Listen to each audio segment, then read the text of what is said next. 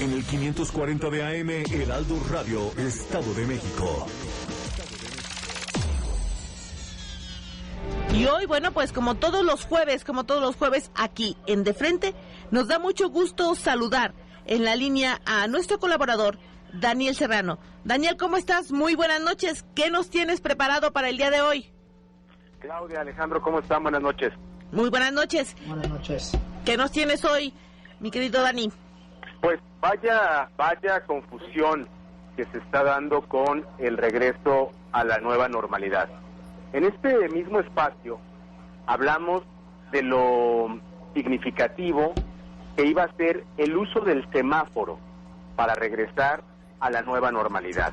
Dijimos que era un símbolo que nos permitía de manera universal hacerlo con una relativa sencillez. Todos podíamos entender que significaba un semáforo en rojo, un semáforo en amarillo, en verde, y que solo se agregaría el color naranja. Sin embargo, llama la atención las publicaciones realizadas en sus redes sociales por el gobernador Alfredo del Mazo. Todavía es 26 de junio, el gobernador del Mazo hablaba de cómo sería la ruta hacia el eventual semáforo naranja. El 29 de junio planteó un plan de regreso seguro. El 3 de julio todavía estaba hablando del semáforo en rojo. Sin embargo, algo pasó.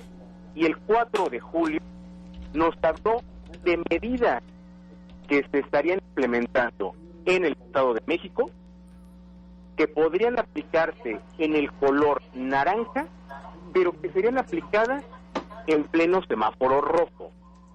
Entre ellos la reapertura de restaurantes a un 30% de su capacidad y de plazas comerciales. Y después, el 5 de julio, el propio gobernador del Mazo vuelve a subir una infografía diciendo que el Estado de México está en semáforo rojo. Es decir, en semáforo rojo, pero con actividades de semáforo naranja. Es una verdadera confusión y me parece una irresponsabilidad esta actuación del gobernador de nuestro estado.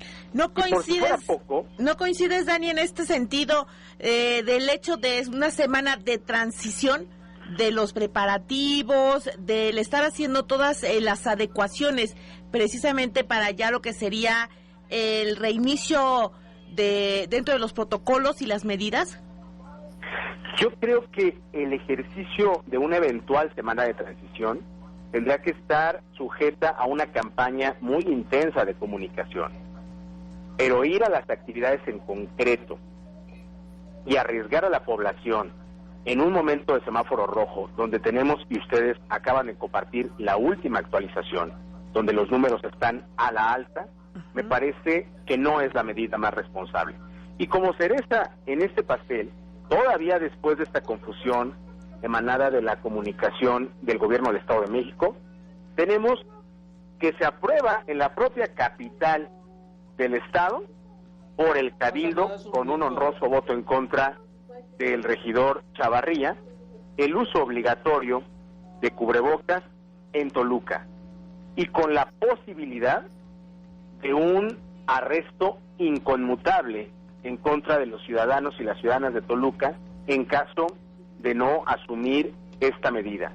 Llama la atención que esto se dé en un gobierno emanado de Morena, que tendría que tener, desde mi perspectiva, una actitud mucho más cercana a la gente, de convencimiento y no de medidas coercitivas. Así es, sin lugar a dudas, más bien serían medidas de concientización, porque pues es lo que la ciudadanía necesita. Yo creo que tenemos que avanzar en un ejercicio de mayor diálogo con la ciudadanía y no de este tipo de sanciones. Recordemos además que este tipo de medidas quizá vale la pena que la administración de Toluca las piense para otros asuntos. Justo Toluca se acaba de dar a conocer, encabeza los primeros lugares de violencia de género. ¿Por qué no tenemos el arresto inconmutable cuando tenemos casos de violencia de género? Pero sí lo podemos tener para un ejercicio del uso de cubrebocas. Creo que tendría el alcalde Juan Rodolfo que repensar cómo se está comunicando con la ciudadanía de Toluca. Una ciudadanía que, por cierto, no necesariamente tiene las condiciones de adquirir cubrebocas para el uso cotidiano de sus actividades.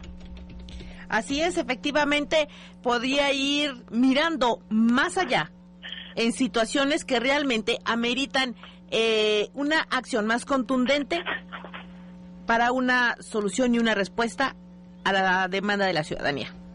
Ojalá que avancemos en la concientización y la sensibilización de la gente sin tener que llegar a estas medidas. Ese sería el comentario en esta ocasión. Muchísimas gracias, Daniel Serrano. Muy buenas noches. Les mando un abrazo a todas y a todas. Gracias, muy buenas noches.